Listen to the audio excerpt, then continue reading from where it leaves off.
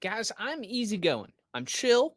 I'm relaxed, but I am pretty upset at ConvertKit and their company policies. One of them in particular. Now, I fell in love with ConvertKit like tons of people do. I had heard great things. They're the saviors of email marketing. It's incredible. You can just write clear, beautiful messages to your followers. I signed up and I love them. But then some things started to happen, and I'm gonna go over those in this video. I'm not a complainer. I just let things go. But dadgummit, I'm not gonna take it anymore, man. No more Mr. Nice Guy. All right, so let me tell you what happened. Now look, they're expensive. We already know that, right? If you have, well, I guess they have a free option, I think, for up to 300 subscribers. The companies are constantly changing this. But if you start getting up there, this is their yearly. So if you're paying monthly, 79 bucks a month for the middle plan, you can't even, obviously you can't get that, but if you bump up 8,090, so when you get to 8,000 subscribers, you're going to start paying above dollars a month. And this can really start adding up fast if you're growing a newsletter, right? Thousands of dollars per month. And I get it. They have some great features. No problem with that. But it's expensive, and we know that, but you get what you pay for. But there's like little things that started adding up, and I'm like, it's kind of frustrating. And the first couple of times, it wasn't a big deal to me. So we have a source where we get leads from Facebook. I get them in a group, basically in a text file. You can't copy and paste those leads into ConvertKit. You could either individually add them, or you can upload a CSV file, which means I have to take those, turn them into a CSV file in order to be able to upload them at one time. Small thing, but kind of annoying. So we have a different newsletter where we use beehiiv, and like literally all I have to do is go to subscribers, import subscribers, start a new import, and I can copy and paste subscribers. Like this is what I want in ConvertKit, and they don't have it. So simple, and I don't know why they don't do it, but they don't.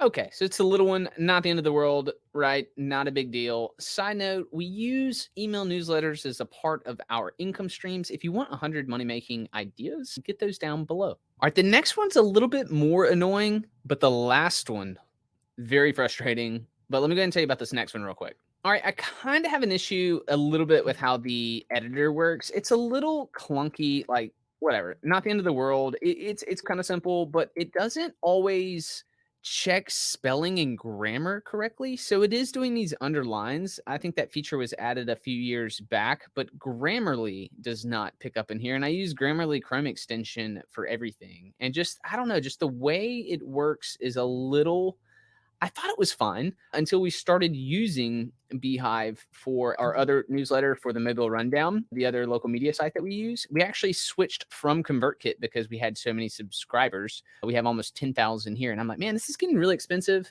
I've got to find another solution. So we checked out beehiiv. So beehiiv looks like this. It's pretty cool. You can check it out. Not that it's a pitch for beehiiv, but I'm an affiliate for both of these companies actually. So if you want to check them out, feel free. If you want to use my links, cool. But beehiiv, so it's just more slick. I've just found that it's a lot more seamless and easy to type. It's just a little bit cleaner and faster, and Grammarly works in here, which I sincerely appreciate.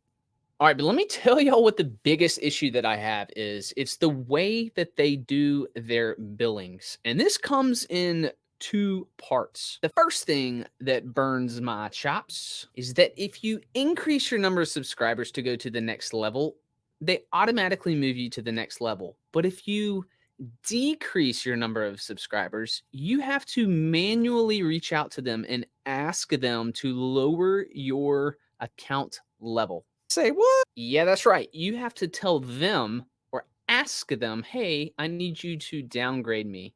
But it gets even worse than this. Let me explain. If you are on the annual plan with them, this is how that works. If you increase your plan level while you're on the annual plan, they will bill you the difference prorated for how much time you have left. Okay, cool. That's cool. They prorate it. Very nice.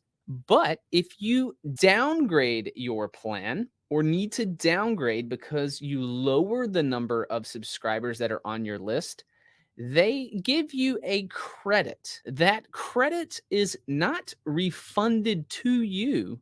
The credit sits with ConvertKit. And when you go to renew your annual plan, then that credit is supplied to you. So upgrade and they bill you, downgrade and they don't refund that money to you. They hold it on their end. And I had a lot of back and forth conversation to fully understand that this is how this works, that I don't get money back if I downgrade, but yet I'm charged extra. I had to ask them over and over. I'm like, okay, I'm still not clear. So here's the final kind of answer on this. And so I said, let's say I go below my current plan again. I need to reach out to get downgraded slash credited. I will be credited, but the credit won't be realized until my next renewal period in November. Am I understanding this correctly? And they said, yes, that is correct. The credit will be used for your next renewal period. And so finally, I got the answer that really upset me. And finally, I understood it. It's also kind of funny that I did not follow up after that. And then so they said, hey, we just want to make sure you got our response. I said, yep. And I said, I'll be honest, I don't think the company policy is fair, but I do appreciate you guys explaining it to me so that I could come to that conclusion. They said, you're welcome. Gave them a little thumbs up. So I'm 95% moving my business completely over to beehiiv. I also just found out that in the top tier, which is only $100 a month, I can have up to 3 newsletters with those guys. Now, I didn't know that until I was kind of upset and started looking kind of deeper into these guys. But I'm like, oh, multiple publications limit 3. And so I reached out and asked them, hey, what does this mean? And they said, oh, yeah, you literally have 3 different newsletters. So you toggle between accounts. So it's kind of like 3 accounts within one, all for $100, billed monthly, 84 if I go annually. But hey, are you having this issue? So I think if you do the annual plan with these guys, you're totally potentially could possibly get hosed. I just think the way that they do it, completely unfair. Maybe we can start a revolution here. Are you guys having that issue too?